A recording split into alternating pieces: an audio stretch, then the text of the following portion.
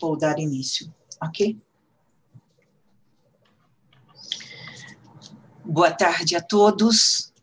Em nome de nossa casa, CIESP-FIESP, nós queremos, nesse momento, contribuir não só com a riqueza da presença, como também a riqueza do conhecimento, da amizade, da atualização e do desenvolver. Damos início, então, aos impactos financeiros e jurídicos da SST, se é custo ou se é investimento. O que trouxe-nos, assim, um pouco mais olhar sobre isso foi que muitos perguntaram, ou melhor, vários indagaram, o que é SST? Então, as pessoas até, nós achávamos que, às vezes, só pela sigla, como o caso, você vê IPTU, imediatamente você já remete a um órgão. Você olha um IPVA, não, que é uma sigla também. E vários perguntaram, o que é um SST?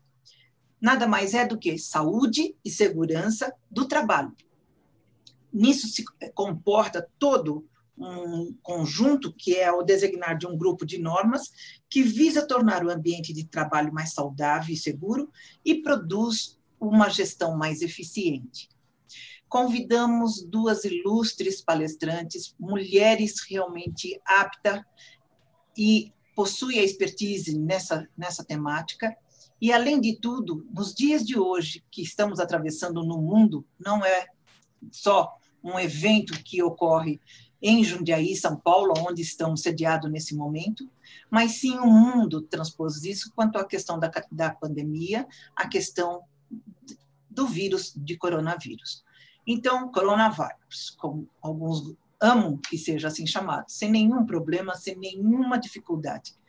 E o que nós estamos, nesse momento, compartilhando atualizações, compartilhando conhecimento, compartilhando um bate-papo, um diálogo, onde poderemos não só receber, como também, assim, poder dar.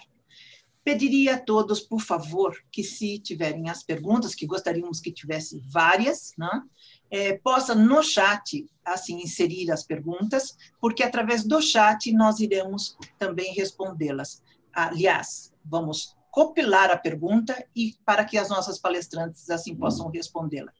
Outro detalhe, nós estamos gravando esta palestra, esse momento, para que depois possa subir para as plataformas e ali muito mais poderá inserir ao conhecimento. Ou seja, o que nós temos escutado de várias pessoas é que, no momento da palestra, atentou aos detalhes, mas deixou passar outros, e, ao rever essas informações, tornam-se de alto cunho, de autoconhecimento, e, como se diz, não é só aprender, mas sim aprender dentro de si esse conhecimento. E, então, novamente, em nome do nosso diretor titular, Dr. Marcelo Cerezer, em nome de toda a equipe CIESP-FIESP de Jundiaí, em nome também do nosso departamento jurídico, na qual eu represento, Elizabeth Broglio, assim estamos a dar início. Doutora Rosângela Cavalcante, que eu vou ler. Olha, nós fizemos aqui um mini currículo, porque ela possui um extenso currículo. Permita-nos, então, lhe apresentar. É uma engenheira formada pela Escola Politécnica da USP, mestre em engenharia, engenheira de segurança do trabalho e ergonomista, expert em empresas mineradoras de alta relevância no país, em indústria, também em comércio, nos hospitais e também em call center. Consultora na área de gestão de segurança do trabalho, ergonomia e proteção respiratória.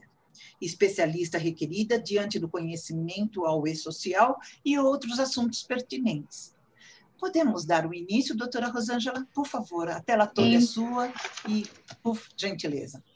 Boa tarde a todos, muito obrigada, Elizabeth, pelo convite. É um prazer e uma honra estar aqui compartilhando com vocês um pouquinho desse assunto, porque, como eu disse anteriormente, quando estávamos conversando sobre essa palestra, o tema é muito vasto. Poderíamos passar dias e dias e dias aqui conversando sobre segurança do trabalho. Eu vou compartilhar a minha tela com vocês, que eu montei uma uma apresentaçãozinha para a gente conseguir acompanhar melhor.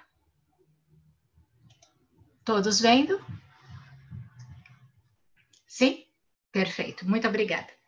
Então é o seguinte, os impactos financeiros da segurança e da saúde no trabalho, é custo ou investimento? A gente costuma ver com bastante frequência as pessoas falando de quanto gastam, né? Os empreendedores falando de quanto gastam com equipamento de proteção individual, quanto gastam com monitoramento da saúde do trabalhador, ou mesmo monitoramento ambiental dos agentes de risco.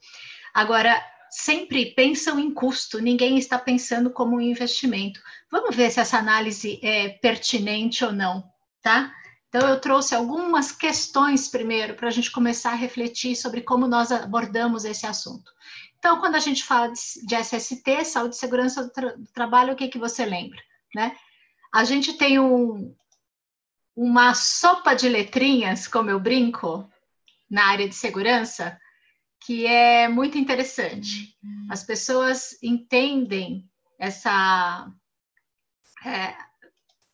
PPRA, PCMSO, AET, PCA, eu nem coloquei todos, tá? Tem várias outras siglas. Então, a gente fala de Programa de Prevenção de Riscos Ambientais, Programa de Controle Médico de Saúde Ocupacional, Análise Ergonômica do Trabalho, tantas outras letrinhas que designam documentos que são exigidos pela legislação ou que são utilizados dentro de uma proposta de gestão da segurança do trabalhador, né?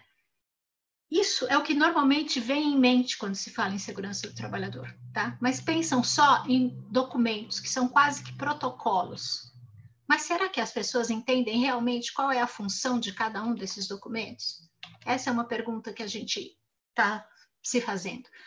Uma pergunta que a gente faz para o empreendedor também é: você sabe quanto custa por funcionário cumprir a legislação de segurança do trabalhador e a previdenciária? Quanto que está saindo isso?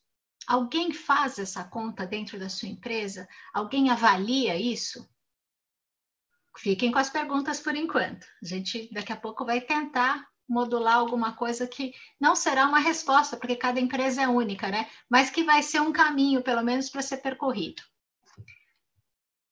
Outra pergunta que a gente deixa para os empreendedores: vocês acham, para os empresários, para os executivos, vocês acham necessário contratar um bom profissional de saúde e segurança do trabalho para auxiliá-los a cumprir a legislação? A gente tem uma legislação bastante vasta, a doutora Alessandra vai falar sobre isso mais para frente, mas é muito interessante a gente pensar que quem conhece toda essa legislação e quem tem condições de fazer tudo isso ser cumprido dentro da nossa empresa. Lembrando que a legislação, depois a doutora Alessandra também vai falar sobre isso, não nos dá margem a dizer: eu não sabia que eu precisava fazer isso, né? A partir do momento que existe a legislação, a gente tem a obrigação de ir atrás do conhecimento para fazer o cumprimento dela. A gente tem um desenho bonitinho aqui, né? Tem um dinheirinho aqui, tem um monte de lugar para ir esse dinheirinho. Então, vamos pensar um pouco de composição de custos de uma empresa, né? Naturalmente, vocês sabem que tem os custos operacionais, a gente tem custos administrativos, a gente tem impostos, que são inevitáveis, a gente tem os serviços de apoio, e a gente tem uma coisinha aqui interessante, que são os passivos. Infelizmente, a gente ainda tem muitos passivos nas empresas. Agora, por que que a gente tem esses passivos? E eu gostaria que a gente refletisse se eles são evitáveis ou não. Dentro dos custos operacionais, será que estão sendo computados os custos para manutenção de uma situação de segurança do trabalhador adequada? Será que dentro desses custos operacionais estão sendo computados as ações de prevenção, não só de acidentes, mas de doenças ocupacionais?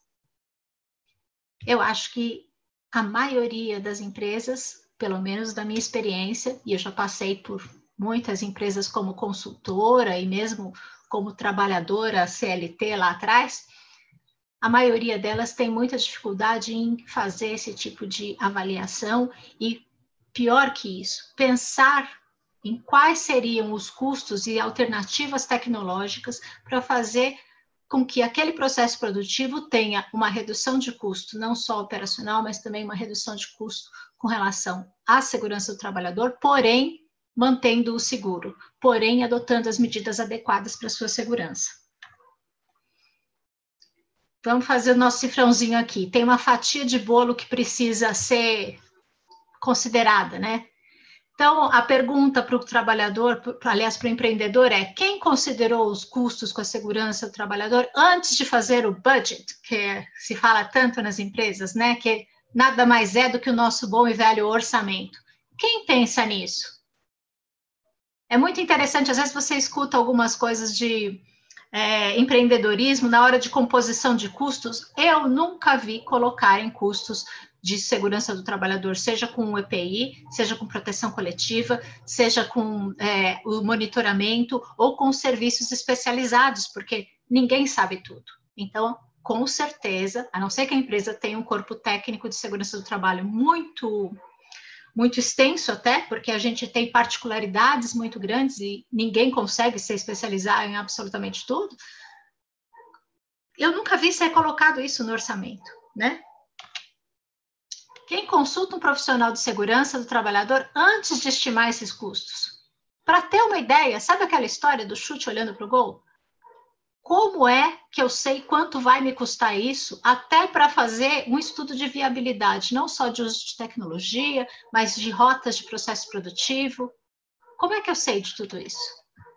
Quem que consulta o profissional de segurança do trabalhador antes de finalizar qualquer projeto para avaliar os custos de saúde e segurança do trabalho envolvidos?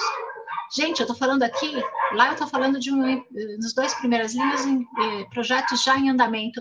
Agora, pensa num projeto prévio, quando você começa a pensar num negócio, num processo produtivo, quem pensa nisso? Quantas empresas pensam nisso? E consideram essa variável, né, que é a segurança do trabalhador, a saúde do trabalhador, dentro das suas escolhas tecnológicas? Poucos, né? Pelo menos, na minha experiência, como eu disse, poucos. Então, chega um pouquinho de perguntas, a gente vai conversar um pouquinho sobre SST para tentar direcionar um pouco como que a empresa pode pensar nesses custos todos e agir preventivamente. E imaginar que estes não são meros custos, mas sim investimentos para reduzir aquela linhazinha vermelha que a gente passou lá atrás, que é a linha dos passivos. Vamos entender como é que isso funciona. Primeiro, o empregador é responsável, né? Ele é responsável por garantir boas condições de saúde para o trabalhador e pela reparação, ou seja, se ele não garantiu essas boas condições de saúde para o trabalhador, de segurança e saúde, ele vai ter que reparar possíveis danos causados, seja pelo processo produtivo, seja pela organização do trabalho ou qualquer condição associada à atividade laboral. Qualquer condição da execução daquele trabalho que possa causar qualquer dano ao trabalhador é responsabilidade do empregador fazer o reparo ou a garantia, que é o que a gente prefere, a garantia das boas condições. Outra coisa importante é que a gente pode parar e pensar assim, mas trabalho em escritório. Como assim? Que dano? Que risco? Tem risco, tem dano, né? Todo o processo fabril, absolutamente todo processo que inclui serviços e até administrativos possui riscos. É que no caso de serviços administrativos, a gente não costuma ainda, a gente ainda não tem um olhar tão apurado para a área de ergonomia. Mas, por exemplo, eu acabei não conseguindo apurar a tempo, mas já existe um histórico sendo levantado de processos que estão entrando em vigor agora por conta de trabalho em home office. Processos que as empresas estão sofrendo. Por quê? Porque não garantiram que essa rotina de trabalho em home office fosse isenta de riscos. Tá? Então, as pessoas costumam pensar em risco de acidente, risco que tem quando você está exposto a ruído, risco que você tem quando você está exposto a um agente químico qualquer, porém, o risco não é só isso. Risco à saúde do trabalhador está envolvido em todas as atividades por ele executadas dentro de uma empresa. Podem ser maiores ou menores, mais observáveis ou não, porém eles sempre vão existir. E aí a gente sabe, como eu acabei de falar, que onde há riscos pode haver acidentes ou doenças ocupacionais, tá? Considerando essa questão do home office que a gente estava comentando agora há pouco, outra notícia fresquinha que saiu na última revista Proteção é que o governo está, inclusive, estudando a publicação de uma norma regulamentadora. As normas regulamentadoras, eu não sei se todos estão cientes do que é, mas é toda a legislação de segurança do trabalhador que a gente segue, tá? Praticamente tudo está nas normas regulamentadoras. E o governo está estudando fazer uma nova só sobre saúde mental no trabalho, porque a gente está vendo que trabalhos administrativos não são tão isentos de risco assim, né? Infelizmente. Eu estou falando sorriso, mas é um sorriso irônico, tá, gente? Não é um sorriso de alegria por causa disso. Acidentes e doenças ocupacionais geram despesas para a empresa e para o governo. É um desperdício. A empresa consegue enxergar de onde vêm esses desperdícios quando acontece um acidente, ou ela acha que o acidente é algo inevitável, algo que simplesmente acontece? Para o governo? Como assim para o governo cada acidente custa? Pois é, custa. A gente vai comentar um pouquinho aqui rapidinho. A gente tem um aumento crescente de custos para as empresas. Toda vez que você tem um acidente, você costuma ter uma redução da produção, porque você vai ter uma parada, você vai pelo menos reduzir o ritmo para fazer o atendimento àquela situação. Você tem um risco de processos. Pensa no seguinte, um trabalhador doente ou um trabalhador acidentado, ele pode entrar depois na justiça para requerer os seus direitos, né? Indenizações, caso o dano seja comprovado. Paradas na linha produtiva, essas paradas elas são importantes.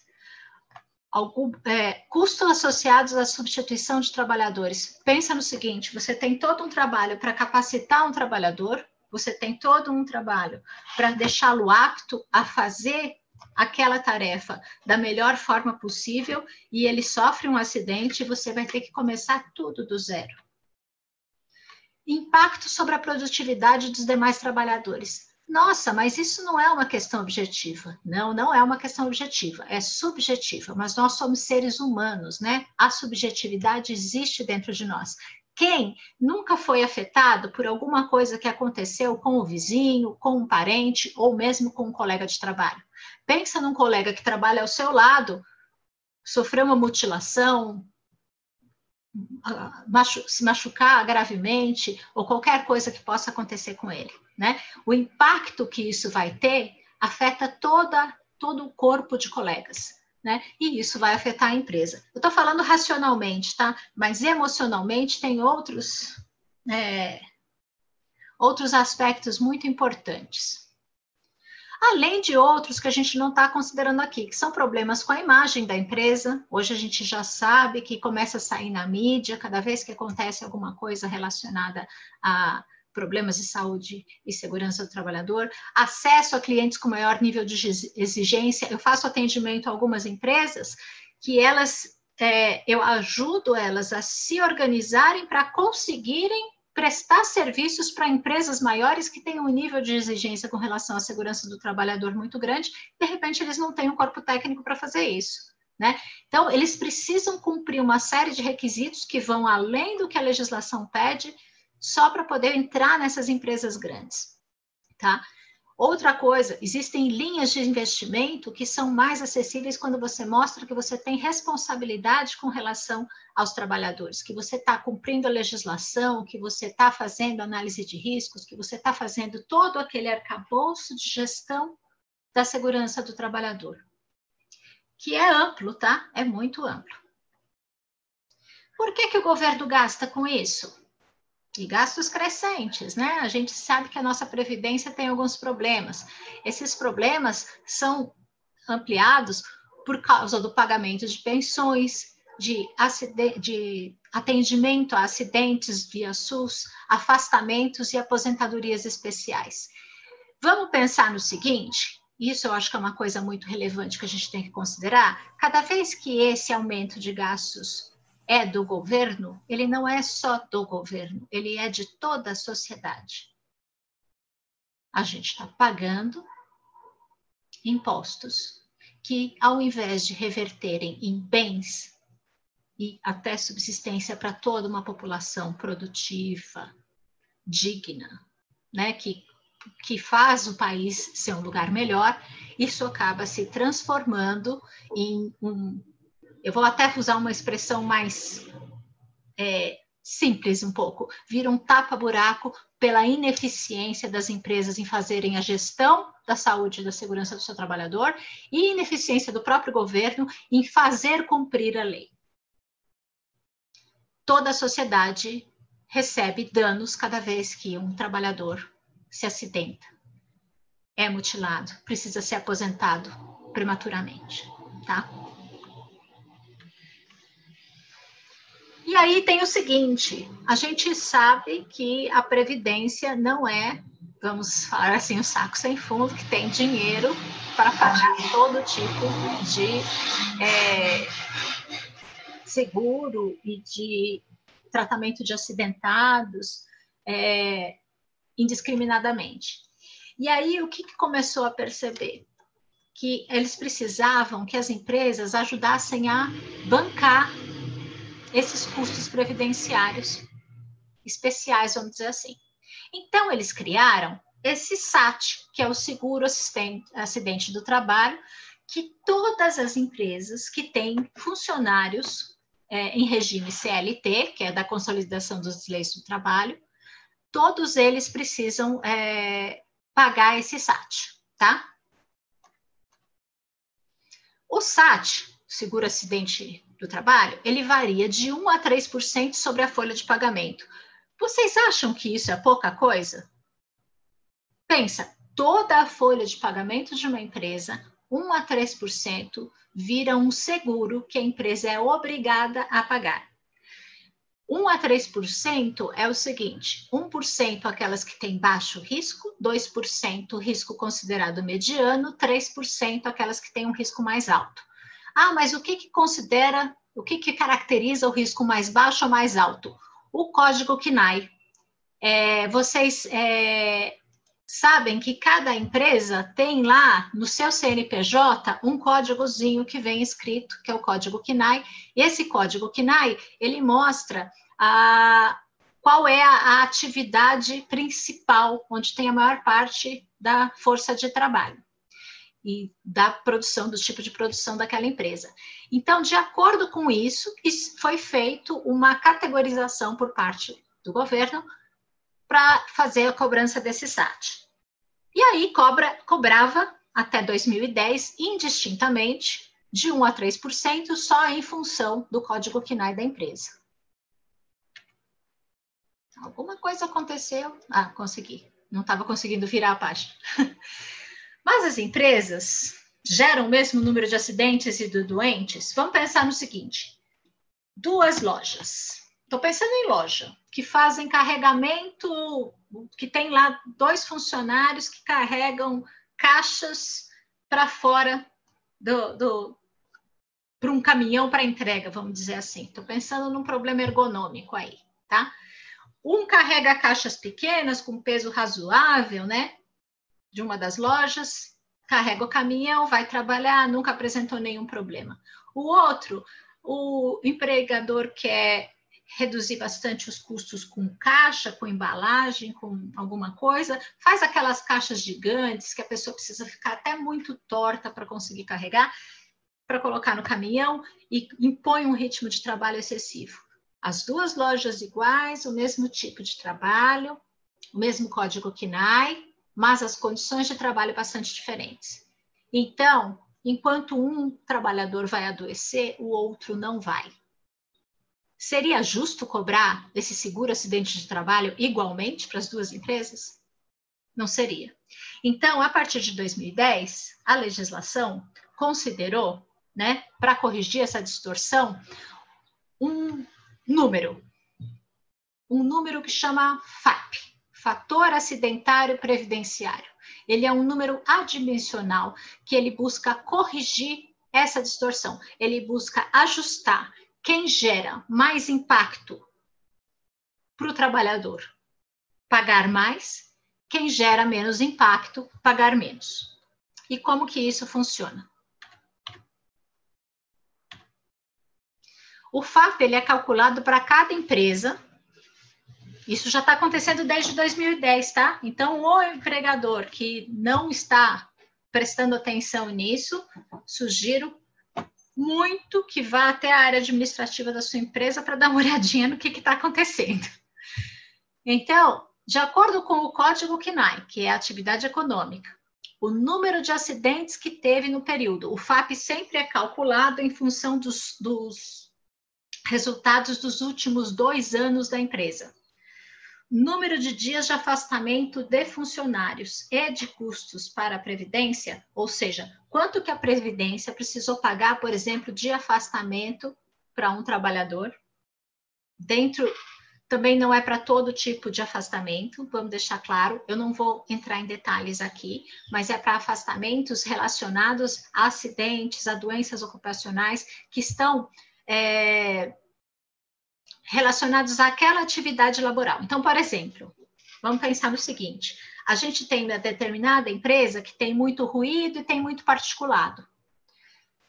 Fazendo um estudo sobre isso, o governo criou o nexo técnico epidemiológico, que é o quê? Cada atividade produtiva gera mais determinado tipo de doente, vamos dizer assim.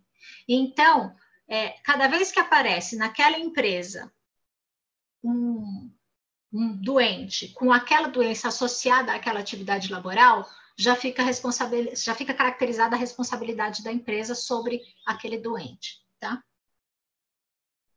E aí ela vê quanto que custou para ela, a Previdência vê quanto que custou para ela pagar para aquele trabalhador afastado. O número varia de 0,50 até 2, tá? Como é que eles fazem essa avaliação? Eles pegam todas as empresas dentro de um código CNAE e eles classificam em função daqueles 3 números que eu passei anteriormente, né? Do número de acidentes, número de dias de afastamento e custos para a Previdência. E então, eles fazem uma ordenação do melhor resultado, com o FAP 0,5, ao pior resultado, com o FAP igual a 2. Existe uma classificação. E aí ela faz o que com esse FAP? Ela corrige o SAT, que é o seguro acidente do trabalho, né? O FAP vai corrigir o SAT multiplicando o seu valor, que o que é cobrado efetivamente ao RAT. Então, olha, o RAT, que é o seguro acidente do trabalho retificado, ele vai ser o SAT, né? O seguro acidente do trabalho, vezes o FAP, tá? É muito simples. Como esse número aqui é adimensional, vamos pensar no seguinte, e ele vai valer de meio até 2, pensa no seguinte, quem mais está gerando, né, em função do desempenho em segurança do trabalhador, o seguro vai variar de metade do que se pagaria até o dobro. Ou seja, aquele que tem um bom desempenho em segurança do trabalhador, e que isso fique claro através da redução do número de CATs abertas, através do número de dias de afastamentos reduzido, e também de não geração ou geração mínima de custos para a Previdência, o que vai acontecer é que essa empresa com excelente desempenho, ela vai pagar metade do que ela pagaria daquele SAT. E já a empresa que não tem cuidado, que gera uma série, que é um péssimo exemplo para aquele setor dentro daquele código CNAE, ela vai poder pagar até o dobro. Mostrando a continha para ficar muito claro.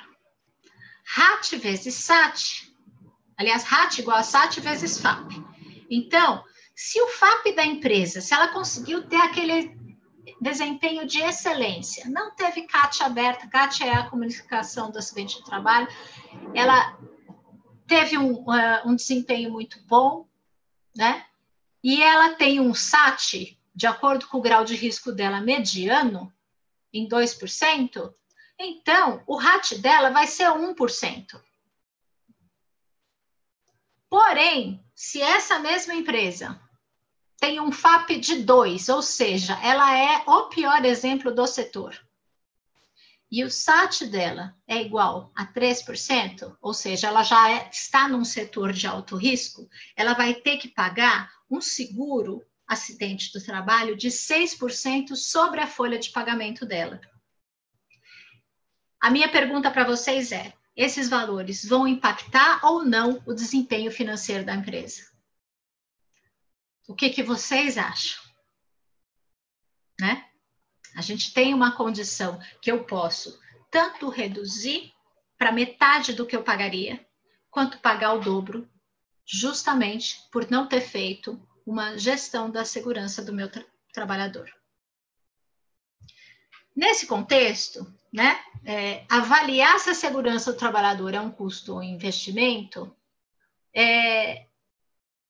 eu acho que é muito importante a gente pensar que toda vez que eu reduzo a sinistralidade, porque esse é um vocabulário adequado para a segurança, na parte de, quando a gente estiver falando de seguros, se eu tenho uma redução de sinistralidade, com certeza eu vou ter um pagamento menor de seguro. Isso é redução de custo efetivo, e não o que eu economizo não fazendo um monitoramento, não fazendo um acompanhamento adequado do cumprimento da legislação de segurança do trabalhador, né? Então, saber se é investimento ou custo, eu preciso fazer as contas, eu preciso avaliar quanto que eu vou ter de redução do meu FAP e quanto que eu vou ter também de gasto com isso. Lembrando que quando eu invisto em segurança do trabalhador, eu estou mostrando uma coisa muito específica que é o FAP, mas eu tenho redução de uma série de outros custos. Por exemplo, os custos com os passivos, com as indenizações, os custos com as perdas de tempo, os custos com as paradas, os custos, às vezes, porque um acidente, às vezes, ele machuca um trabalhador, que já é um transtorno absurdo, e ainda pode ter danos materiais à fábrica. Toda vez que eu não invisto em segurança do trabalhador, que eu não avalio corretamente a forma de fazer isso, é praticamente como se eu estivesse dando um tiro no pé. É praticamente como se eu estivesse trazendo para a minha empresa um desperdício absurdo, um custo que vai aparecer lá na frente. Vamos lá. Então, o que precisa ser feito pela empresa é sair daquele protocolo de olhar e falar assim, olha, a legislação pede isso, eu vou fazer isso, de uma forma muito seca, né? Não é assim que tem que funcionar. A legislação pede, mas se eu quero realmente proteger o trabalhador, eu tenho que sair do que é protocolar, eu tenho que ir além, eu tenho que fazer realmente a gestão dos riscos ocupacionais, que inclusive é uma coisa que as empresas que têm sistemas de gestão já usam há muito tempo, tá? Vai além do que a legislação pede. Eu costumo falar para os meus clientes que a legislação na área de segurança do trabalhador, ela pede o mínimo do mínimo do mínimo. Para você garantir realmente a segurança do trabalhador, você precisa pensar além. E se você pensa além e pensa direito desde o projeto, você reduz realmente o risco para o trabalhador junto com os custos, tá? A gente, hoje a legislação está mudando, teve uma mudança na norma regulamentadora número 1, que estaria em vigor a partir de março, agora foi transferido para outubro de 2021, mas que já está começando a mudar essa visão protocolar e cartorial que a gente tem dos documentos da área de segurança do trabalhador para uma gestão efetiva dos riscos ocupacionais. E o que é isso? É eu olhar os riscos que o meu processo produtivo gera, adotar linhas de trabalho que reduzam esses riscos, que eliminem alguns riscos sempre que possível, e só lá no final tentar fazer a gestão disso com EPI. Mas sempre trabalhar preventivamente, sempre trabalhar desde o projeto pensando no que isso pode afetar a saúde do meu trabalhador. Na hora de adotar um caminho, ter um pensamento mais amplo, sair do pensamento do só quanto que eu vou gastar com EPI, sair desse pensamento do quanto que eu consigo economizar de matéria-prima ou de caminhos do processo, ou qualquer que seja a outra métrica que seja utilizada, e como é que eu vou conseguir fazer esse projeto atender a todos os requisitos que eu preciso, que é eficiência técnica, eficiência econômica e eficiência para a saúde do trabalhador, né? A conta é quanto me custa fazer essa gestão versus o que eu vou conseguir para pagar o mínimo de RAT. Eu lembro quando saiu o FAP a primeira vez, já há 10 anos, eu fui logo em seguida fazer um curso sobre isso e me espanta ainda que 10 anos se passaram, eu continuo comentando isso com várias empresas e muitas ainda não prestam atenção nesse tipo de custo. Isso me causa bastante espanto, porque é um custo bastante significativo. É uma forma de você não só, vou falar agora por mim, né? Eu escolhi fazer engenharia de segurança porque eu me preocupo com gente e com empresa. Mas como pode não conseguir pensar em gente e empresa e no econômico ao mesmo tempo, né? Que é o que a gente acaba fazendo nessa área quando a gente trabalha corretamente. Aí eu vou, como a gente falou que é em função do número de CATs emitidas e com relação ao número de dias afastados, tal, aí o empregador pergunta assim, mas quem que sabe quantos acidentes eu tenho? Bom, deixa eu explicar. A Previdência sabe pelo número de CATs abertas. Aí o outro vai lá e me pergunta assim, tá, mas e se eu não abrir a CAT? Eu dou assistência para o trabalhador, deixo lá quietinho e tal. Bom, primeiro ponto é o recado que você está passando internamente, né? Que eu nem vou comentar. A gente não precisa chegar nesse nível. Vamos pensar em aspectos mais racionais. Omissão detectada pela Previdência passa automaticamente o FAP para 2, tá? Por quê? Porque considero que houve má intenção por parte do empregador e ele vai pagar, mesmo que fosse menos, como ele ficou caracterizado que ele está omitido informações, eles já passam para 2, ou seja, você já vai dobrar o número do seu seguro acidente do trabalho. Mas como é que ele vai descobrir, né? Vocês, não sei se todos sabem, mas qualquer pessoa pode abrir uma CAT, uma comunicação de acidente do trabalho. Pode ser o empregador, que é o que é correto, pode ser o médico que atendeu esse trabalhador quando ele foi fazer um atendimento num hospital, pode ser o sindicato dele, e tem, embora as pessoas não costumem usar isso, mas até mesmo o familiar dele pode abrir, tá? Em algum momento, esse trabalhador acidentado vai aparecer. Vocês estão vendo esse vazamento aqui?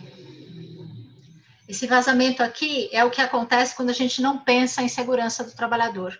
A gente vai tendo vários pontos de vazamento dos recursos que a empresa tem. O custo da não gestão da segurança e da saúde dos trabalhadores é como um grande vazamento que vai desperdiçar os recursos da empresa. É uma bomba relógio mesmo, que em algum momento vai explodir lá na frente, com uma série de processos, com uma série de indenizações, com uma série de custos, de multas, eventualmente, que vão aparecer a partir da fiscalização. Com relação à fiscalização, a gente sabe que hoje ela ainda é muito precária, mas eu entendo que está havendo um preparo lento, gradual, talvez mais lento do que nós da segurança do trabalho, profissionais da segurança do trabalho gostaríamos, de de aparelhamento da área de fiscalização, para que eles consigam fazer essa fiscalização de forma mais eficaz e à distância. O e-social é um dos pontos, está mudando ainda, a gente ainda não sabe como é que ele vai ficar no formato final lá na frente, mas em princípio eu entendo que no futuro, talvez não tão futuro quanto alguns querem, e com certeza menos do que eu gostaria, a fiscalização vai acontecer de forma à distância mesmo. Ele consegue saber, porque pensa no seguinte, as pessoas costumam achar também que o fiscalizador, o fiscal do trabalho, ele é uma pessoa que não sabe o que acontece dentro da sua empresa. Essas pessoas são profissionais que muitas vezes, a grande maioria, pelo menos todos os que eu conheci, são muito capazes, conhecem atividades produtivas e os principais riscos. Ele pode não conhecer em detalhe a sua empresa, mas ele conhece um todo daquela área, e aí ele vai pensar, olha, esse tipo de atividade, esse tipo de processo produtivo tem esse risco para a saúde do trabalhador, e isso não está sendo apontado aqui no e-social. Isso não está sendo, esses números não estão batendo, não está tendo coerência, que é o que acontece muito quando as pessoas fazem documentos meramente protocolares. Não tem coerência entre os números registrados lá dentro do e-social, porque estão fazendo alguma coisa por fazer sem uma gestão da segurança do trabalhador, sem uma gestão efetiva dos riscos operacionais.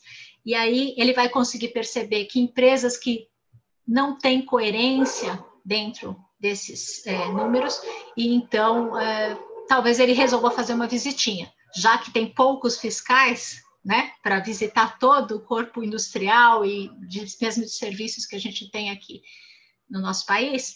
Eles vão fazer escolhinhas a dedo dentro do que tiver registrado lá. Eu vou ficando por aqui. Qualquer dúvida, estou super à disposição. Quero agradecer profundamente a Elizabeth, a Fiesp de Jundiaí, pela oportunidade de conversarmos um pouquinho sobre esse assunto que me encanta profundamente, né? E aqui tem os meus contatos, caso vocês queiram fazer qualquer pergunta, entrar em contato por qualquer motivo, eu estou aqui à disposição. Muito obrigada, gente. Doutora Rosângela, diga-se de passagem, transcorreram já todo o tempo e não deu tempo de ver. Aliás, eu quero só socorro do Jimmy. Jimmy, como fazer com que nossa terra... vamos ver se eu consigo. Olha, você citou que está aprendendo, eu idem, viu? Fique tranquila, sem nenhuma dificuldade, porque eu não sei ficar movimentando muita tela, senão daqui a pouco dá um pane geral e eu fico quietinha. Aí peço socorro para todos. Socorro, socorro!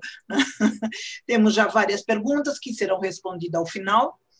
E gostaríamos, então, de passar nesse momento e agradecer, doutora Rosângela, que foi tão brilhante que nós vimos, o tempo passou, transcorreu. Gostaria também agora de apresentar a doutora Alessandra Bonvintini, num puro italiano. Bonvintini. Bonvintini. É uma advogada especialista em direito empresarial, trabalhista e processo civil. Assessora da presidência da Ética e Disciplina 3, né, de São Paulo. Doutora Alessandra também possui algumas características, não vamos citar o nome de um dos grandes clientes que ela possui, mas, com certeza, toda essa temática de hoje deveria dar toda essa empresa, que são conjuntos, né, de boxe, só para vocês notarem, só um detalhezinho, estarem participando mediante a profundidade que assim nos faz. Doutora Alessandra, por gentileza, podemos contar contigo? Claro, claro. Obrigada. Eu gostaria de agradecer a Ciesp, a doutora Elizabeth e a doutora Rosângela por estar aqui participando e aprendendo, né? Porque a gente está sempre aprendendo em todos os enfoques, né? Porque ninguém sabe tudo. Eu vou começar a minha apresentação. Também trouxe uns slides. Deixa eu ver se eu consigo. O Jimmy já me ajudou no início.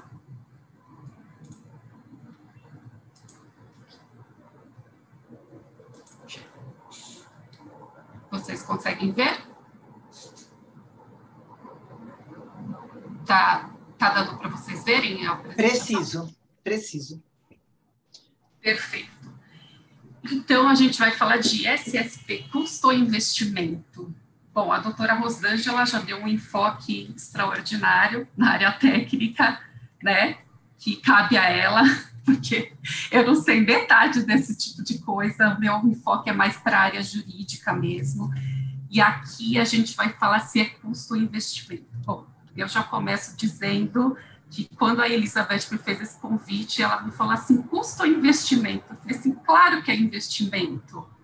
Como custo, né, a empresa olha e fala assim, eu vou ter esse custo, mas, gente, isso é um investimento futuro. E aqui a gente fala de investimento com gestão de pessoas, a gente fala com investimento em gestão da própria empresa, porque as penalidades de você não se ter uma SST correta para o seu negócio são tão vastas que se os empresários soubessem, eles pensariam logo no início de quando eles resolvem formular a empresa, de falar assim, bom, então a gente formulamos a empresa, fizemos o contrato social, agora vamos passar para a gestão de pessoas, né? Isso é de extrema importância. Tá? Aqui eu vou falar, a SST são um conjunto de normas, e essas normas não são só para os empregados, elas não são só para os empregadores, elas são normas para os empregados também, para a proteção dos empregados, para auxiliar as empresas na manutenção. Com relação a custos, eu vou até trocar aqui. Então, eu coloquei assim, fiz um enfoque bem teórico, né? Como é coisa de advogado.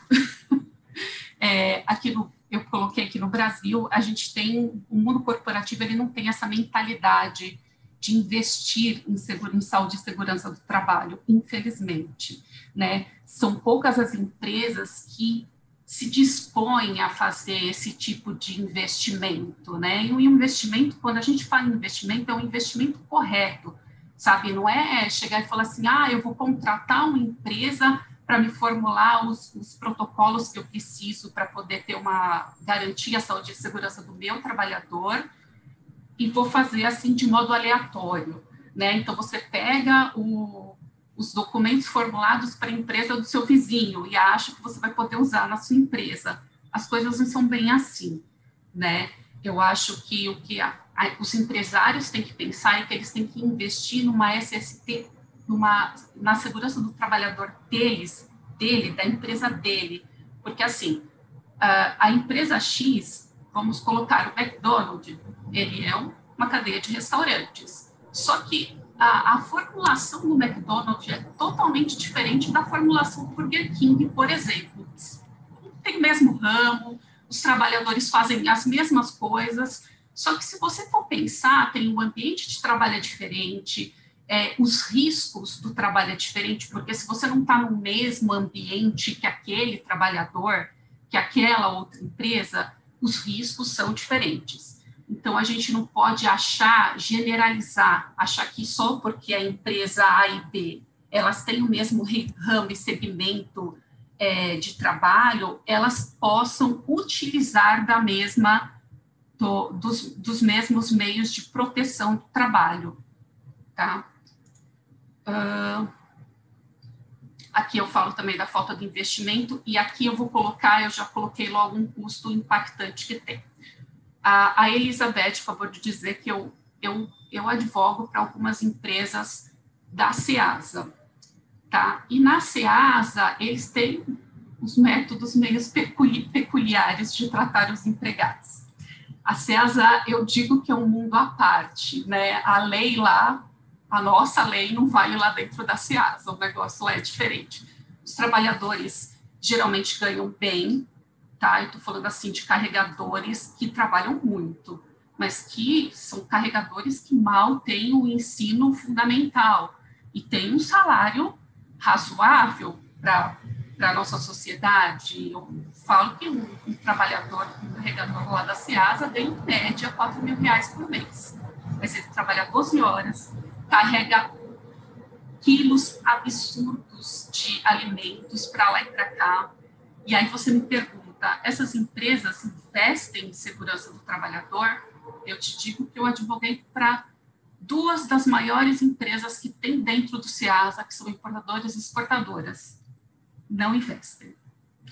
Infelizmente, eles não investem. É assim, bateu a água, agora a gente corre.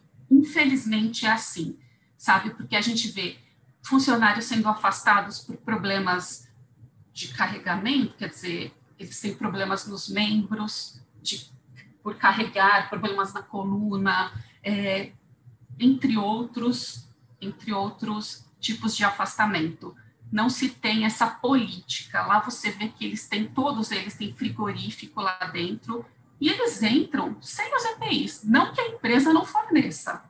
Os EPIs estão lá, mas pergunta se eles foram treinados para usar aqueles EPIs. Não foram. Foi entregue os EPIs para eles e falaram assim, olha, quando vocês entrarem na câmara fria, vocês precisam colocar. Eles colocam? Claro que eles não colocam, porque ali não tem ninguém fiscalizando. E mesmo que tenha, o gestor daquele box, ele não vai falar assim, fulano, você está entrando na câmara sem o devido equipamento. Não vai falar isso.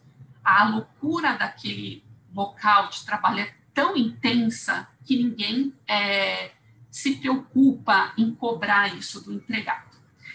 E, aproveitando que eu estou falando deles, eu coloquei aqui um número que vocês vão ver, que é um número de questões de acidente de trabalho. Esse número que eu coloquei de R$500 mil foi um processo trabalhista que uma dessas empresas teve, um processo seríssimo.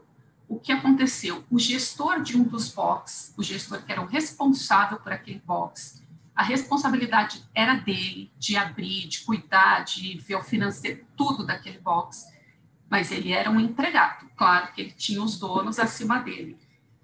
Ele um dia, bem logo cedinho assim, porque lá se abre muito cedo, ele resolveu que ele ia dirigir a empilhadeira.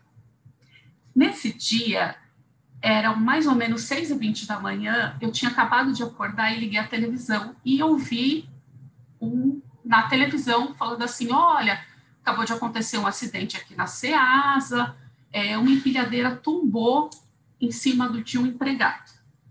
Tombou em cima, não. Ele estava dirigindo e a empilhadeira tombou e esmagou ele.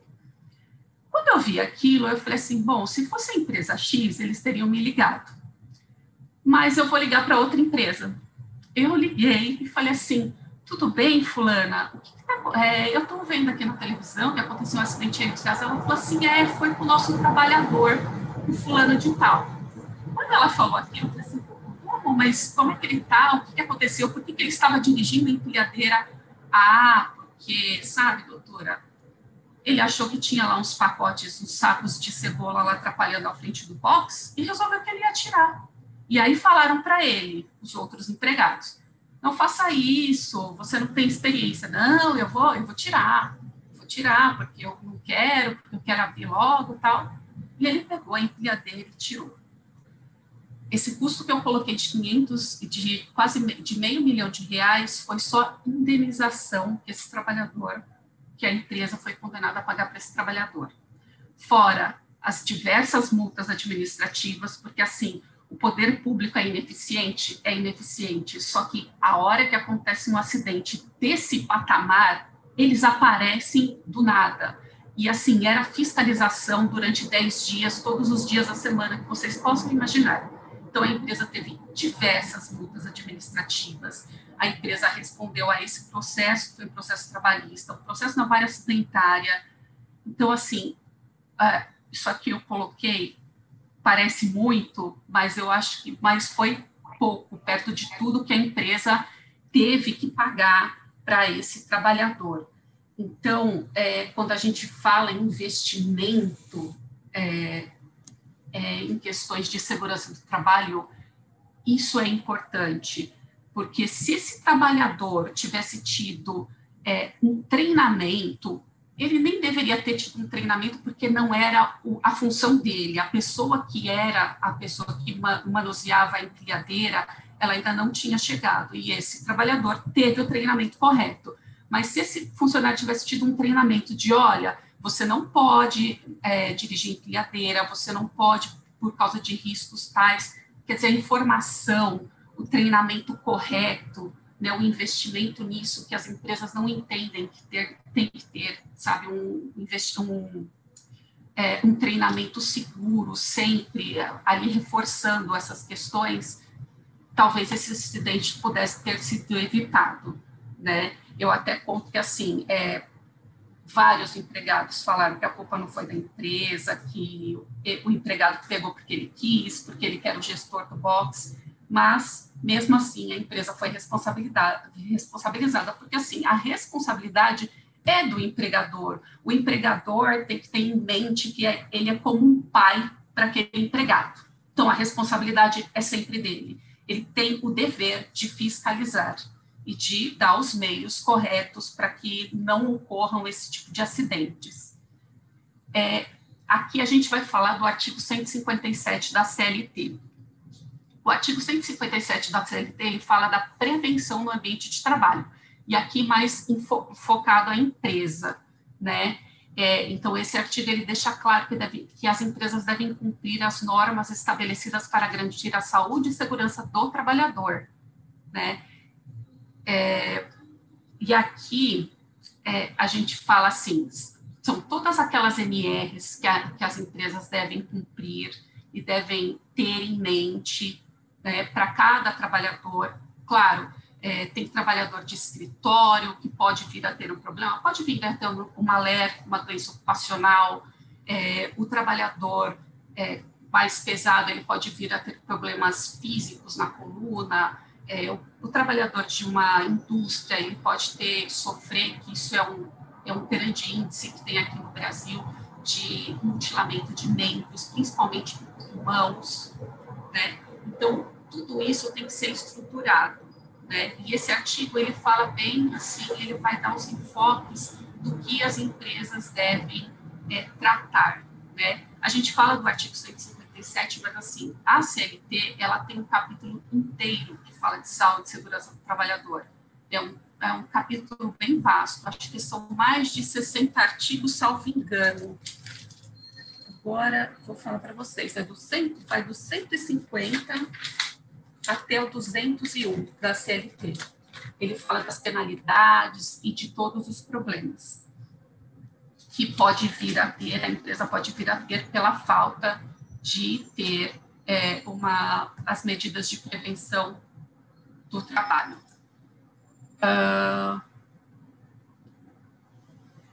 Aqui a gente fala da questão do treinamento, né, que as empresas elas devem ter sempre em mente de informar o seu empregado, tá? Informar por meios eletrônicos, através de memorandos, através de fixar normas na própria empresa.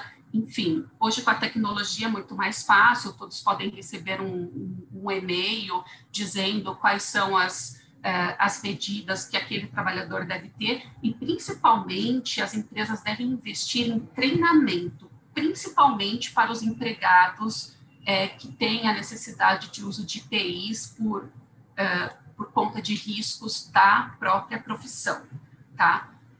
O artigo 158, ele vai falar dos deveres dos colaboradores, dos empregados, né, na utilização dos EPIs, no cumprimento das regras da empresa relativas à saúde e segurança do trabalho. E aí, muitos podem falar assim, nossa, mas eu tenho empregado, a gente deu treinamento, a gente passa circulares, só que eles não cumprem.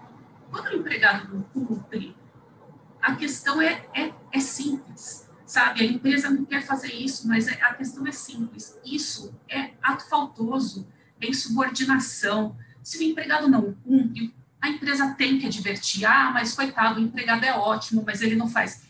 Eu vou dar o exemplo do rapaz que eu falei há pouco. Ele era um ótimo trabalhador, eu conhecia ele pessoalmente, era um rapaz maravilhoso, super novo, só que ele não cumpria as normas da empresa. E aí, o que tem que fazer? A empresa deve sim punir. A empresa deve punir com advertência, reincidiu, suspensão, reincidiu, demite por justo motivo, porque esse empregado, se ocorrer dele sofrer um acidente de trabalho, seja esse acidente fatal, ou seja esse acidente que deixe ele impossibilitado de trabalhar, ele vai entrar com uma ação contra a empresa e a empresa vai ser responsabilizada, porque aqui, novamente, eu digo, o dever da empresa é fiscalizar também o trabalhador, ver se ele está cumprindo as normas, porque se a empresa dá todo o respaldo para aquele empregado, se a empresa tem bons programas de saúde e proteção do trabalho, se está com os protocolos certinho, tudo bonitinho, a obrigação do empregado é cumprir aqueles protocolos. E se ele não cumpre, a empresa deve sim puni-lo, porque senão a empresa vai ser responsabilizada futuramente. E aí, não adianta você falar para o juiz, mas aí eu fazia. Óbvio, isso vai amenizar se você tiver um currículo bom, se você tiver toda a documentação correta, isso vai amenizar. Mas isso não vai isentar a empresa da sua responsabilidade. Aqui eu trouxe a questão da Covid. Hoje, muito se discute com relação ao coronavírus, né, que acometeu todo mundo, muitos estão de home office, só que existem profissões que não tem como ficar de home office. Não tem como ficar de home office porque são profissões essenciais, e aí a gente fala de todas as profissões da área médica, dos enfermeiros, dos auxiliares, dos recepcionistas de hospitais, dos motoristas de ambulância, a gente fala de outros, trabalhadores de clínicas médicas, de serviços que não tem como, e não só esses serviços, mas postos de gasolina que não tem como fechar, trabalhadores agora, né, que a gente já voltou, assim, mais ou menos à normalidade, trabalhadores do comércio em geral, trabalhadores de supermercados que nunca pararam, de padarias, todos esses trabalhadores, eles estão muito mais expostos ao vírus do que os trabalhadores que têm a comodidade de fazer o home office, de trabalhar em casa, né? E com isso veio a Covid adquirida no trabalho, ela é tida como doença ocupacional, sim ou não? Bom, o Ministério do Trabalho, através dessa portaria 2345, ela disse que a Covid não é. Porém, entretanto, todavia, o STF já decidiu que, uma decisão meio absurda, mas já decidiu que, se o empregado comprovar que ele adquiriu a Covid no ambiente de trabalho dele, ele vai ter direito à licença como doença ocupacional. E essa prova é muito ingrata, porque, assim, se a gente falar, assim, por exemplo, do médico, do enfermeiro, da pessoa que trabalha em hospital, fácil, né? Olha, eu estou 100% do meu dia exposto ao vírus. Mas existem outras profissões, por exemplo, o atendente do supermercado, que como é que você vai provar? Não, mas ele estava bom aqui, ele foi para casa e pegou Covid lá porque fizeram churrasco na casa dele no final de semana. Quer dizer, é muito complicado, né? Essa prova é muito ingrata. E aí veio tanto o TRT quanto o TST, e já existem decisões dos TRTs de vários estados do Brasil e do próprio Tribunal Superior do Trabalho. Isso já no início da pandemia, um dos ministros já tinha apontado para essa dificuldade que a gente ia ter com relação ao contágio da Covid, e até ele apontou que aí caberia o bom senso, né, o bom senso de todos, não o bom senso do judiciário, o bom senso do empregador, o bom senso do empregado, para se avaliar se a Covid foi adquirida ou não no ambiente de trabalho. Isso eu estou falando de outras profissões, como supermercados, comércio em geral. Só que os TRTs, eles já entendem muitos que a Covid é, sim, uma doença ocupacional. Então, assim, o empregado que trabalha no supermercado 8 horas por dia, 6 dias por semana. Qual o risco desse empregado contrair a Covid? Ah, mas a gente os supermercados, a maioria, porque muitos supermercados pequenos, padarias e afins, eles não fornecem equipamento de proteção aos empregados, sabe? Eu moro em Santana, tem um supermercado aqui, que é um supermercado pequeno, mas que vai muita gente, que eles não fornecem qualquer equipamento de proteção aos empregados. Então, assim, se o empregado quiser usar máscara, ele que traga da casa dele. Se o empregado quiser passar álcool em gel na mão, ele que traga da casa dele. Aquela proteção que se colocou na frente dos caixas, não tem. Então, quer dizer, coisa absurda isso, né? E aí, para esse tipo de trabalhador, eles estão entrando na justiça, muitos juízes estão entendendo que sim, a Covid, quando o empregado está efetivamente trabalhando no seu local físico, ela é uma doença ocupacional, né? Aqui eu até coloquei que isso é uma coisa mais óbvia, né? Mas um motorista de ambulância, acho que de Porto Velho, ele foi, esses dias, ele teve a Covid tida como doença ocupacional pelo TRT de Porto Velho. Aqui eu coloquei uma coisa mais técnica que fala dessa plataforma Smart Lab, que é uma iniciativa do Ministério Público do Trabalho e da Organização Internacional do Trabalho, que ela compila dados públicos e relata que o Brasil, desde 2012, já teve 5,4 milhões de notícias de acidente do trabalho. Isso significa que é uma notificação a cada 49 segundos. Gente, isso é gravíssimo, porque você imagina que em menos de um minuto, estamos falando aqui desde as 2h30, imagina quantas notícias de acidente do trabalho teve nesse período. Então, é uma situação grave. O que a gente vê é que o Brasil ele investe muito pouco na questão da segurança do trabalhador. E a gente vê isso por esses números que são alarmantes, né? Você imagina quantos trabalhadores têm mutilados, né? Aqui, até nesse estudo, eles falam que o maior índice é de mutilamento de mãos, né? De dedos. Quer dizer, a pessoa ela fica impossibilitada de trabalhar, dependendo do trabalho que ela desenvolve. Um trabalhador de fábrica que necessita das mãos para o trabalho e que tem o seu membro mutilado, pode mais trabalhar. E isso é um custo para quem? Para a Previdência Social. E é um custo não só para a Previdência Social, isso é um custo para o Brasil, para o país, isso é um custo para todos nós, porque isso vai causar redução de investimentos. Aí o pessoal fala assim, economia, porque a Previdência está falida.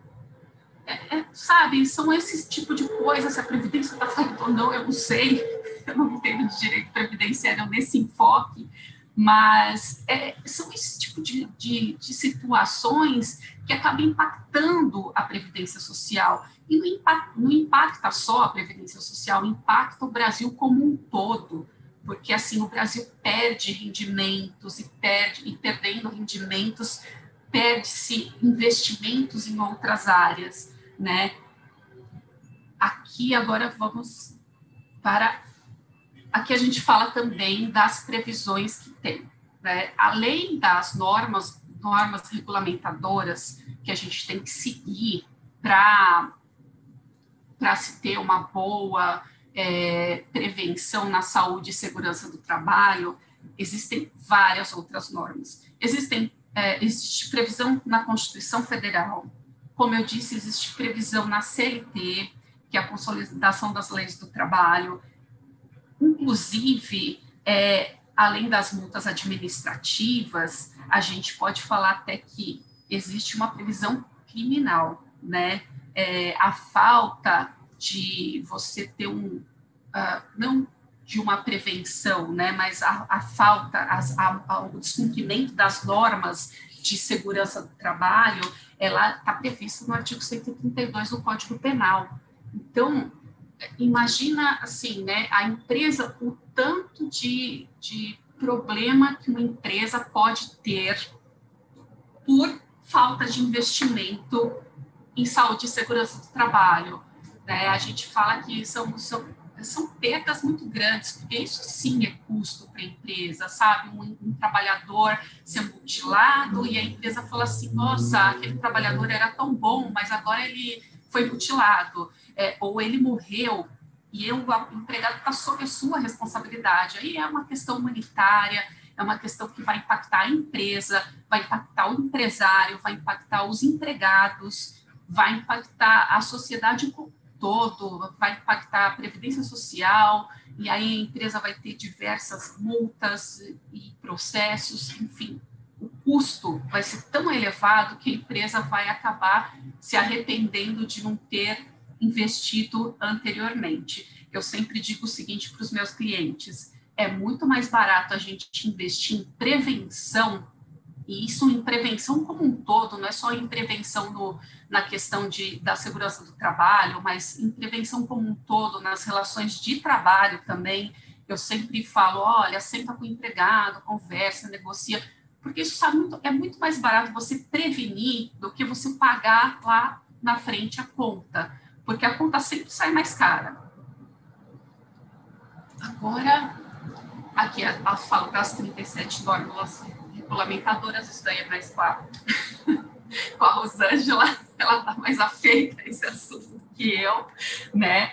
E aqui a importância de se investir em SST, eu já acho que eu estou sendo repetitiva, mas é uma coisa que, infelizmente, eu acho que as empresas têm que se conscientizar, né, das empresas investirem numa questão individual. Ah, vou contratar um profissional? Veja que profissional você está contratando para poder para poder fazer os documentos necessários para você. Se esse profissional ele vai fazer um estudo correto da sua empresa, de ir lá na sua empresa e falar assim, deixa eu ver, isso daqui está certo, isso daqui está errado, isso daqui a gente tem que adequar, isso daqui a gente faz assim, sabe? De fazer um estudo individual para a sua empresa, não para a empresa do seu vizinho, um estudo para a sua empresa.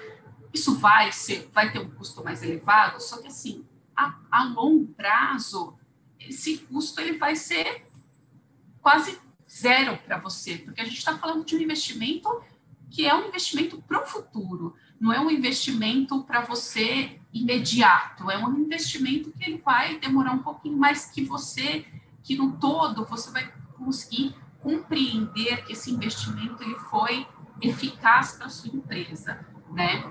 E aqui a gente fala de treinamentos para utilização de EPIs, de treinamentos como um todo, porque assim, hoje a gente vê muito, a doutora Rosângela falou, da saúde mental dos empregados, não só os empregados que estão em home office, mas os empregados de escritório mesmo, empregados de call center, a gente vê que esse tipo de trabalho é tão maçante para determinados empregados que existem vários empregados de call center hoje afastados por problemas psiquiátricos, por depressão, por ansiedade, porque é uma profissão que, para eles, né, que no decorrer dos anos, ela acaba sendo maçante para esses empregados.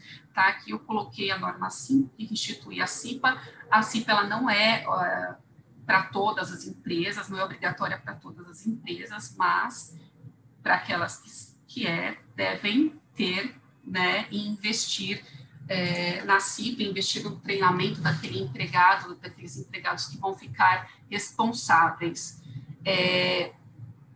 Aqui eu estou reforçando a questão da STST, mas que a questão do investimento, eu sempre vou dizer isso, a prevenção não é um gasto. Aqui eu fiz essa fala, eu vou até ler para vocês, porque aqui eu peguei uma fala da ministra Adelaide Miranda, que é uma ministra fantástica que tem do TST, que é uma ministra que está sempre atenta a essas questões de segurança do trabalho e de proteção ao trabalhador, tá? Então, aqui, por fim, reforço que não há que se falar em custo em SST, mas sim em investimento. Esse, além de trazer mais tranquilidade e segurança aos colaboradores das empresas, das empresas com futuras economias, com pagamento de multas administrativas, gastos, e com a ausência de trabalhadores também, que a gente tem que ter isso em mente, que um trabalhador que não está no seu posto por conta de uma doença ocupacional, ele tem um custo maior para a empresa. Ele está afastado pelo INSS, quem está pagando o INSS? Tá, o INSS está pagando ele, mas você vai ter que contratar um novo empregado, treinar esse empregado, para que ele entenda como funciona aquele posto de trabalho. Então, isso também é um custo para a empresa, né? Sendo que a prevenção é sempre a melhor alternativa para empregados e empregadores. A prevenção não é um gasto, mas sim um investimento. Para finalizar, duas frases da ministra, e aqui eu vou só abaixar aqui um pouquinho, duas frases da ministra Adelaide Miranda, que é coordenadora do Programa de Seguro da Justiça do Trabalho. Ela fala sobre a questão do investimento em IST e fala que é a forma mais eficiente para evitar os infortúnios e as nefastas consequências, é um caminho de defesa da vida e da construção de um ambiente saudável. Segundo a ministra, eu volto, que agora eu não sei, vou ter que te pedir ajuda.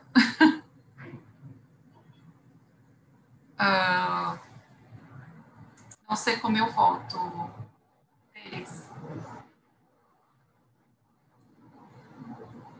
Peraí, deixa eu voltar aqui só um minutinho. Só. Não vou saber voltar.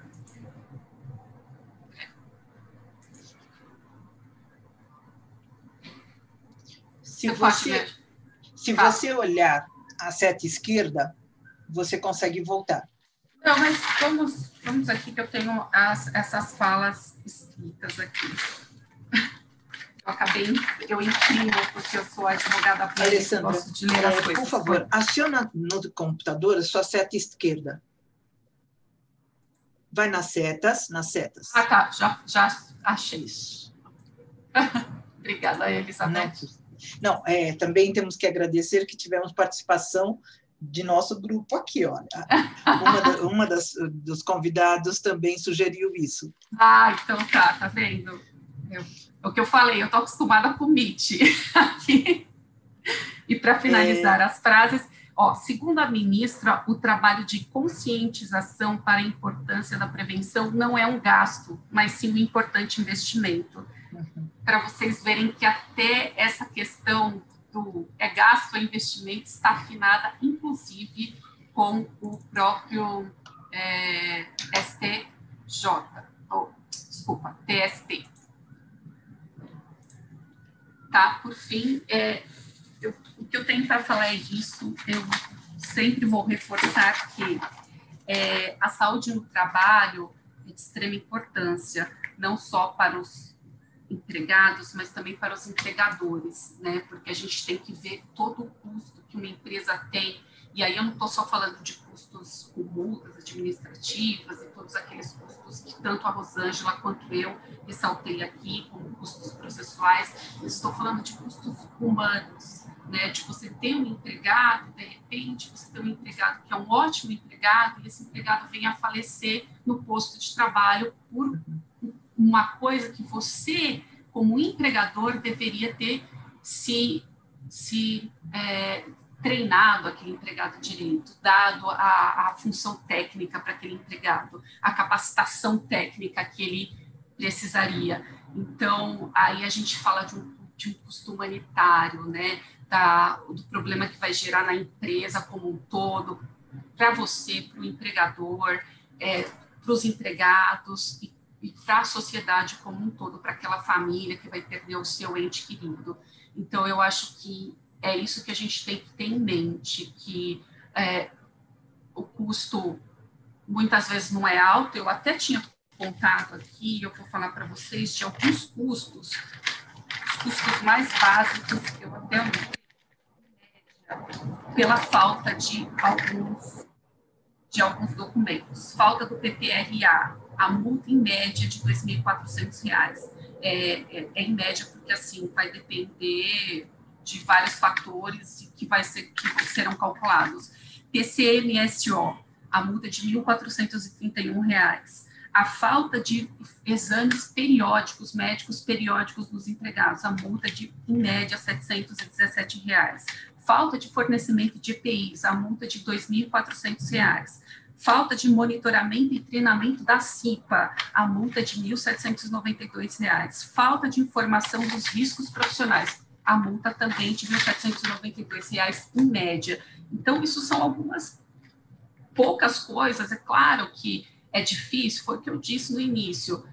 Infelizmente, o poder público, ele pouco fiscaliza, ele só vai fiscalizar quando tiver um acidente sério, um acidente divulgado na mídia, aí ele vai fiscalizar, e aí ele vai fiscalizar bem fiscalizado, mas só nesses casos. Dificilmente o poder público ele fiscaliza aleatoriamente, né? Hoje, com o e-social, acho que as coisas vão ficar mais fáceis, porque agora você tem que colocar tudo eletrônico, é tudo mais rápido.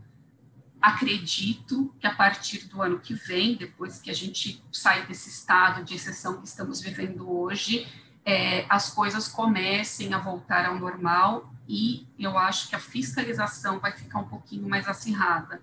Então, o meu conselho é para os empresários: invistam em segurança do seu trabalhador. Isso é de suma importância. Não tenham isso como um gasto, porque o gasto é você ter que pagar uma indenização pela morte de um empregado. Isso é um gasto. O gasto, um investimento em segurança, não é um gasto, é um investimento mesmo. Eu gostaria de agradecer a doutora Elizabeth, a doutora Rosângela, a todos aí da Ciesp Jundiaí, né? E estou à disposição de vocês, aqui tem o meu contato. Obrigada.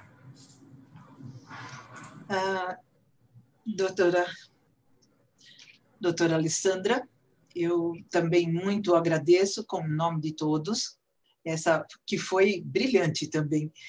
Vou pedir um grande favor a todos, porque agora eu pus um painel e vi que a maioria, né, estão com as telas fechadas. Permitam, por favor, pedir-lhe para que a nossa diretora de comunicação possa fazer uma foto. É possível? Por gentileza. Que lindo, olha com as máscaras. Eu acho lindo isso. Para que possamos, então, fotografar. Cíntia, a nossa diretora de comunicação, está presente aqui. Nós tivemos algumas pessoas que até me mandaram pelo WhatsApp, comentando, pedindo desculpa pela saída, mas estamos todos aqui, né? Por gentileza, Cíntia. Sandoval, que bom você estar aqui conosco, amigo. Nós teremos, até já entramos num diálogo, de que faremos uma segunda live em continuidade a essa temática tão profunda. Pedi a ajuda também do Sandoval, que ele também aceitou, e é um prazer e uma alegria. Tudo bem, Cíntia? Ok? Gratidão a todos. Passaremos agora às perguntas, porque tivemos várias perguntas, apesar de pedir para que fossem feitas no chat, mas não há problema. Doutora Alessandra, foi tão interessante que muitas perguntas chegaram antes e a doutora foi respondendo no caminho. Compreende? Depois daí eu volto. Muitas também foram feitas, aliás, várias foram formuladas para a doutora Rosana. Assim, para o orçamento, existe uma proporcionalidade em valor? Não? Foi o Daniel Neves que perguntou. Então, normalmente, um orçamento, a gente precisa avaliar qual é o processo produtivo. Existe, sim, em função do tipo de risco que o trabalhador vai ser exposto, né?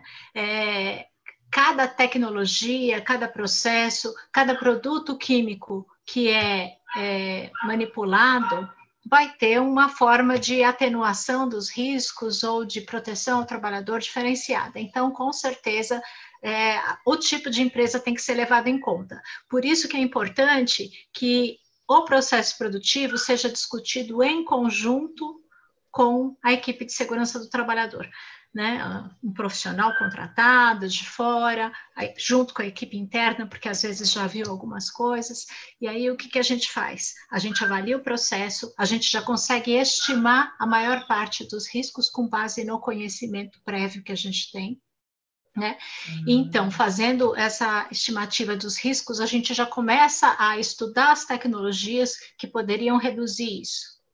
E então a gente consegue fazer um orçamento. Certo. Há duas perguntas aqui sobre home office, uma é do João Roberto Vieira e outra é da Rosana Vale, que diz assim, o João Roberto pergunta, quem mede o risco em home office?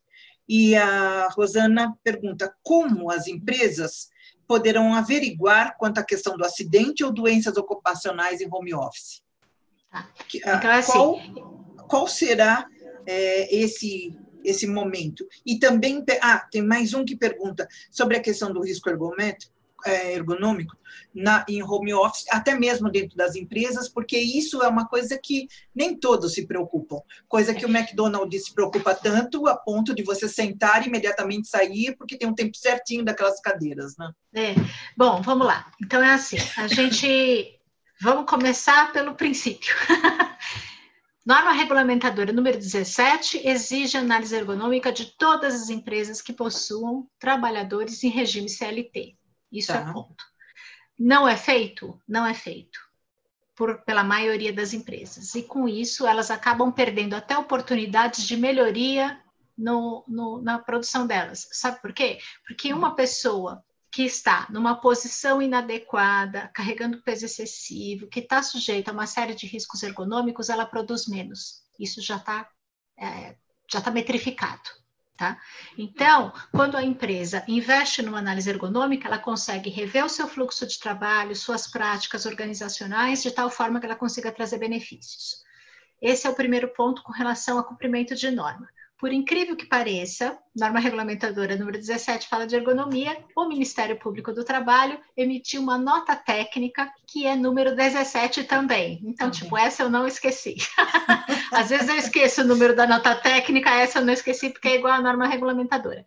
Essa nota técnica do Ministério Público do Trabalho, embora não tenha força de lei, a doutora Alessandra poderia discorrer melhor sobre isso, ela é um parâmetro para julgamentos de processos que vai ser usado.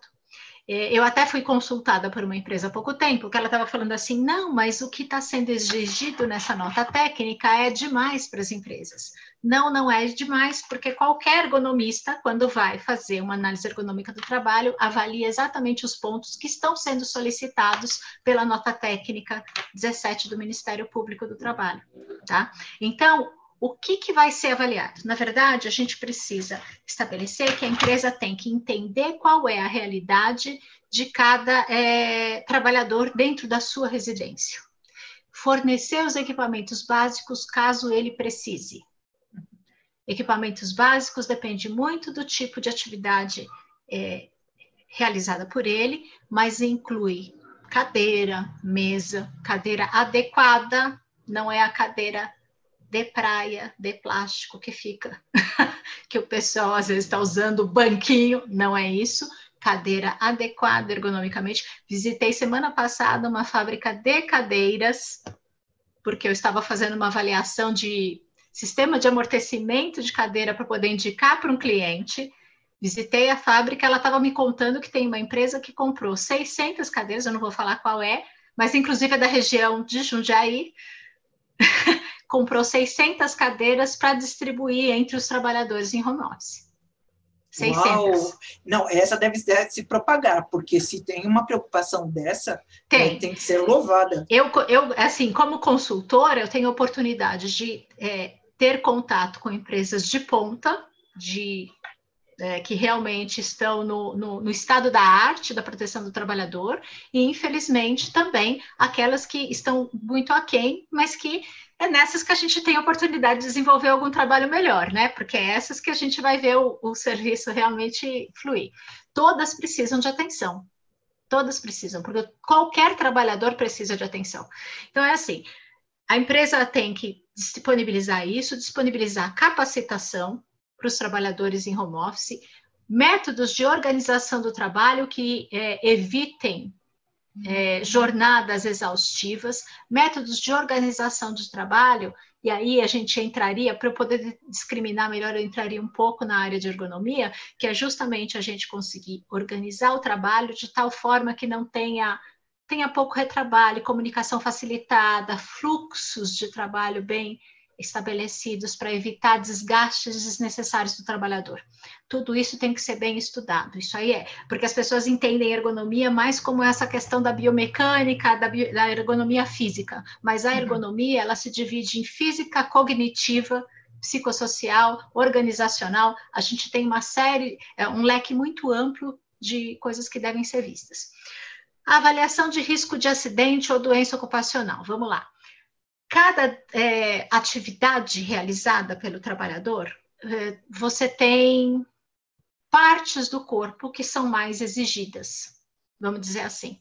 Então, o médico do trabalho tem condição de avaliar. Se essa empresa está agindo adequadamente, ela tem um corpo médico que vai acompanhar o trabalhador ao longo de sua jornada, vai fazer no mínimo, minimamente, o ASO a cada ano, né, o atestado de saúde ocupacional, mas principalmente ter um canal aberto para o trabalhador conseguir falar das suas queixas, para que antes que isso se transforme numa doença ocupacional ou em um acidente, isso seja adequadamente tratado. E outra coisa, quando é acidente em si, por exemplo, eu soube de um caso, porque a gente tem pessoas e pessoas também, né? Infelizmente, a gente está numa sociedade que a gente tem, inclusive, aqueles que agem por má fé. Então, uma pessoa que alegou torção de tornozelo sentada na cadeira do home office. As coisas, às vezes, não batem. Então, ela tem que fazer uma descrição, tal. Às vezes, você consegue descaracterizar ou não. Mas é óbvio, a gente tem que contar que a pessoa vai ser o mais honesta possível ao contar as suas queixas, né? A gente precisa considerar dessa forma. Agora, quando a empresa faz um levantamento de risco, com cuidado e critério, porque tem um limite até onde a empresa entra na residência do trabalhador. Então, a gente tem questões que ainda estão sendo delimitadas pela nova realidade, né? Mas que a empresa, de qualquer forma, ela tem que estabelecer uma metodologia, tem que estudar uma metodologia de acordo com a sua cultura de empresa, porque também cada empresa tem uma cultura diferente que precisa ser respeitada, e as mudanças, às vezes, se a gente tenta fazer tudo nesse estado da arte, de uma hora para outra, você acaba agindo com uma agressividade que essas pessoas, mesmo você querendo fazer bem para elas, às vezes elas não entendem dessa forma. Então, existe um caminho para a gente conseguir chegar nessa melhoria do ambiente laboral, mesmo dentro do lar dele. Então, a empresa levanta os riscos, a empresa define quais são os fluxos de trabalho, a organização do trabalho, a empresa precisa disponibilizar um mobiliário adequado, tá? Muitas vezes até os recursos de internet, esse tipo de coisa, e então, só então, fazer capacitação dos trabalhadores para isso, e aí ela estará cumprindo minimamente o que está previsto na nota técnica. Tem um outro ponto da nota técnica do MPT que a gente ainda discute um pouquinho, que seria complicado a gente fazer, por exemplo, medição de temperatura. Como é que você vai fazer? Ruído. Se passa o caminhão do ovo na porta da pessoa o dia inteiro. Qual é o controle que a empresa tem sobre isso? Nenhum. Então, existem questões ainda em discussão, mas, no geral, o que está sendo pedido se algum empresário quiser saber o que entra na nota técnica, está escrito direitinho.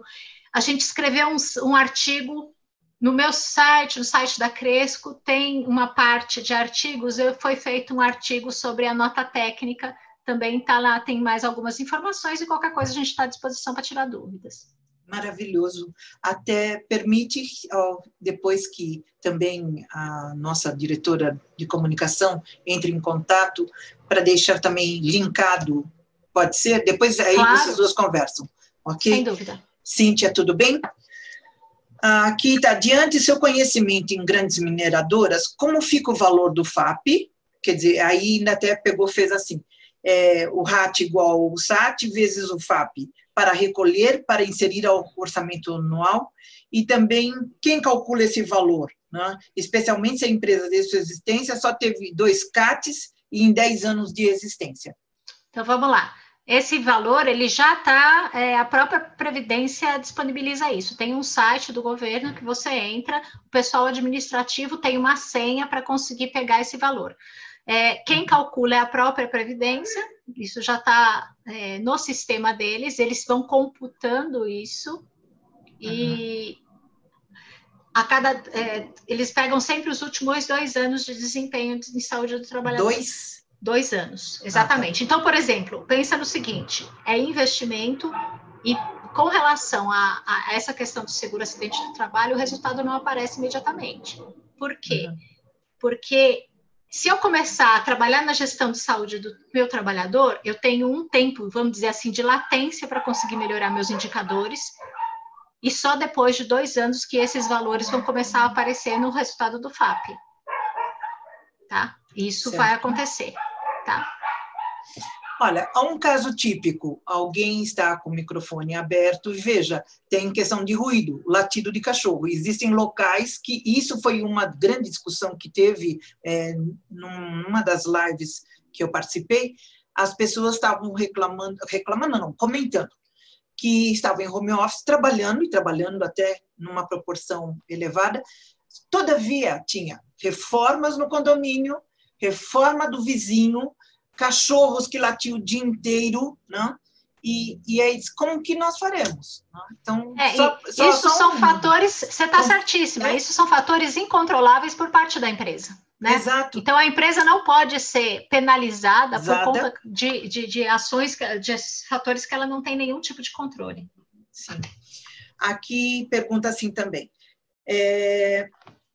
Agora vem para a doutora Alessandra, que foi uma coisa tão interessante, que foi o relato de uma empresa de armazenamento de sacas de cimento, cujo operador de empilhadeira era uma pessoa apta, mas não conhecia a logística interna do galpão por ser o seu primeiro dia de trabalho. O que ocorreu? Nesse galpão havia uma dinâmica, ele desconhecia e ele derrubou todo o galpão de uma empresa grande, e, aliás, isso foi notícia da mídia, e está bem próximo a nós aqui. Foi entre Valinhos e Campinas. Para quem vai pela Bandeirantes, consegue ver. Aliás, esse galpão literalmente caiu. Foram 3 óbitos imediatos, e esse operador, ele sofreu escoriações, tudo, só que não veio a óbito, porque a própria empilhadeira em si o protegeu. Então, só foi o Gustavo Alenque Gouveia que recordou desse detalhe, só para ver, era uma pessoa apta, todavia, o seu primeiro dia de trabalho. Quer dizer, então, mas aí a gente vai ver, né, a aptidão dele, mas ele tinha o treinamento necessário. Era o primeiro dia de trabalho. Quer dizer, tinha desconhecimento. A Rosângela pode falar mais sobre isso que eu. Posso contribuir um pouquinho? É o seguinte, a pessoa não basta ser apta a dirigir uma empilhadeira. Né? Nesse caso é a empilhadeira, não que foi. A pessoa não basta a pessoa ser apta a fazer a conseguir trabalhar com aquele equipamento. A pessoa precisa conhecer os riscos do local de trabalho. Isso está previsto na legislação. No treinamento inicial, na capacitação inicial, a pessoa precisa receber todas as informações necessárias para evitar esse tipo de acidente. E, normalmente, no primeiro dia de trabalho que a pessoa oferece, vamos dizer assim, mais risco, né? A pessoa precisa estar acompanhada de alguém que já domine o ambiente laboral. Exatamente isso. Aí faltou a fiscalização da empresa. Também de uma pessoa. Exatamente. Aqui foram várias perguntas sobre o Covid, mas todas foram respondidas, todas, até além de, né? Quer dizer, foi maravilhoso. E o caso aqui, isso é um fato, não sei se foi um comentário que quer ser, mas assim, no caso do empregado não obedecer às normas, exemplo do trabalhador citado e de outro, como a empresa deve fazer? Aí depois diz assim, pois mesmo considerar, a pessoa tornou a responder, né? que foi o senhor João Carlos Medeiros, pois mesmo considerado algo faltoso com direito à justa causa, como fazer se a própria justiça trabalhista irá punir a empresa e não o empregado? Quer dizer, e eles, até ainda ele cita, não é o caso da nossa empresa, mas nós temos visto muitos empresários sofrerem punição por atos faltosos de funcionários que foram exortados, que tiveram suspensão, que quando chegou na hora de fazer a justa causa, né, a demissão de justa causa, até usou aqui uma expressão que eu não vou repetir. A Justiça do Trabalho reverte. A Justiça do Trabalho paternalista Inverteu. dá punição para a empresa. Quer dizer, então, isso é uma divergência grande. Mas aí eu vou falar uma coisa, né? Eu vejo muito que as empresas elas não sabem punir corretamente o empregado. Elas punem em tempos errados. A punição na Justiça do Trabalho ela é imediata.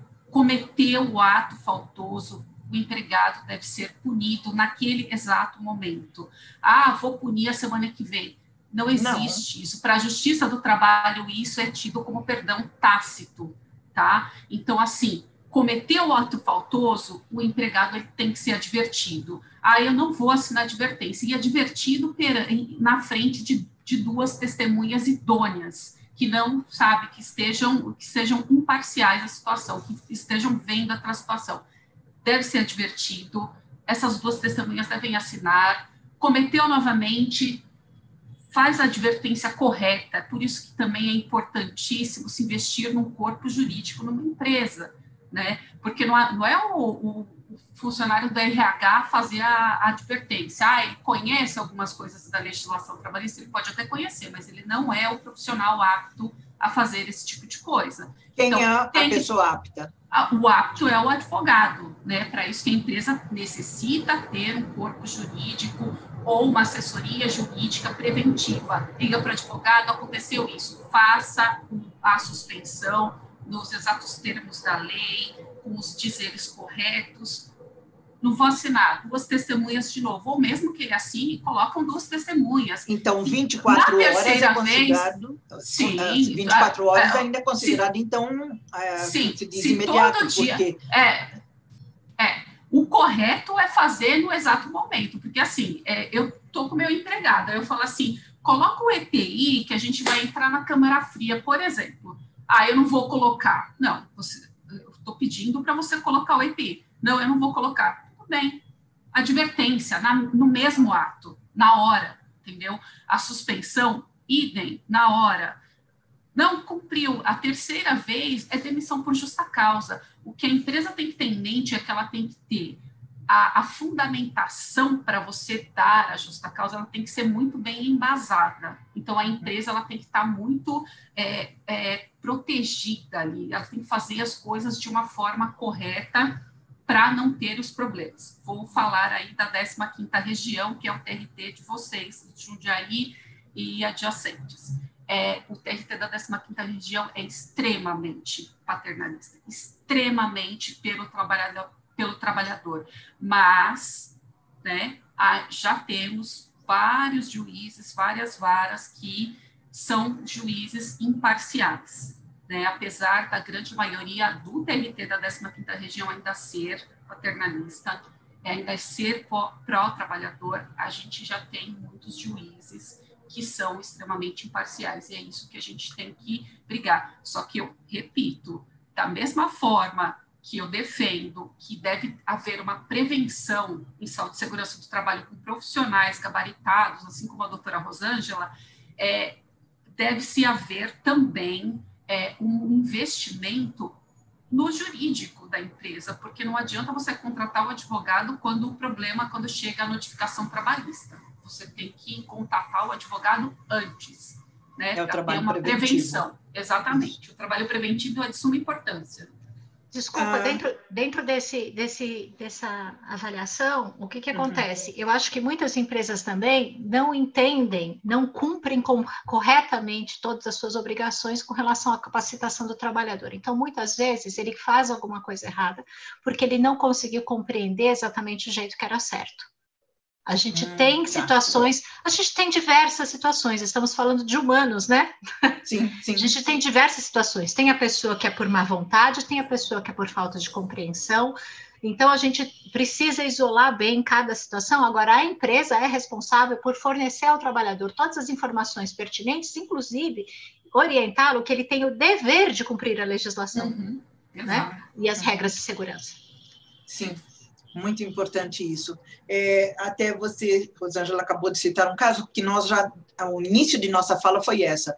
Quando olharam o SST, veio aquela questão, o que é isso, né? O que é o IPVA, o que é o DUT, o que é DR, né? Quer dizer, não houve ainda assimilação de uma sigla tão popular como, vamos pôr, IPTU, IPVA, para um SST. Quer dizer, tenho certeza que hoje nós estávamos com um grupo bem grande aqui de participantes, com certeza estarão aptos para saber o que é um SST, até mesmo muitos empresários. Houve uma pergunta, eu não sei se a pessoa ainda está presente, mas isso até depois nós o comunicaremos.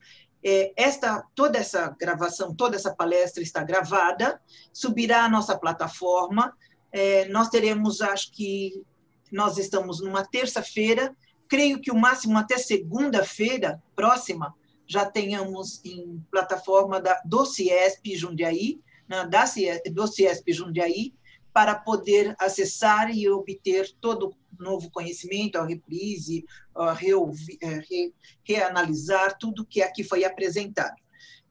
Também gostaria de comunicar a todos que as duas ilustres participantes e palestrantes deram permissão para que tudo que foi em lâmina apresentado também conste como material de acesso. Tá? Depois, doutora Rosângela e Cíntia, por favor, como a doutora Rosângela comentou de alguns materiais, que vocês duas, por favor, possam averiguar, né? E se houver essa possibilidade de termos esse link assim, para acesso, será maravilhoso. Tá? Sem dúvida. Doutora Alessandra também comentou a respeito, até colocou o e-mail, que também está pronta para qualquer assunto, qualquer temática, pode ser, doutora Alessandra? Claro, claro. Dentro desta área trabalhista, dentro desta área civil, não? Aqui estão. Eu não sei se alguém mais tem alguma pergunta, todas que estavam aqui tinham elencado sobre a questão da Covid. Doutora Alessandra, a senhora respondeu todas. Até as pessoas vão dizer, já respondeu. Né? E a maior preocupação é exatamente essa, adquirida em outro ambiente, né? E como provar, e como não, dizer que foi realmente no churrasco, foi em outro local, que não tinha nada a ver, num fim de semana de balada, não? Às vezes com 3, 4, 5 no meio da rua, e que depois teria... Então, isso foi muito preciso. Alguma pergunta a mais? Doutora Rosângela, doutora Alessandra, nossa imensa e transbordante agradecimento e gratidão a todos que participaram conosco deste momento. Foram 2 horas que transcorreram assim de uma maneira suave, leve, prazerosa, de relevância ao conhecimento e atualizações, que houveram várias atualizações aqui. Eu mesma, como advogada, nesse momento também aprendi muita coisa. Receba, por favor, nosso agradecimento em nome das 2 casas, CIESP e FIESP Jundiaí, e que possa contar conosco a todo e qualquer momento, e que saiba de que esta casa sempre estará aberta para o que assim queira apresentar. E que saiba que nós teremos a segunda, se possível até terceira, etapa desse trabalho tão profundo. Gratidão mesmo, e um abraço carinhoso. A única hora ruim é terminar sem poder abraçar, como nós normalmente fazemos. Isso é um modo brasileiro, ou bem de brasileiro, eu não sei. Nós, seres humanos, que ainda temos essa oportunidade de abraçar, conversar, rir. Não é hora de tomar vinho, mas é hora de tomar um bom café. Uma boa tarde a todos, gratidão, e aqui encerramos esse momento desta palestra. Sejam abençoados no nome do Altíssimo. Gratidão. Até breve. Obrigada. Obrigada a todos.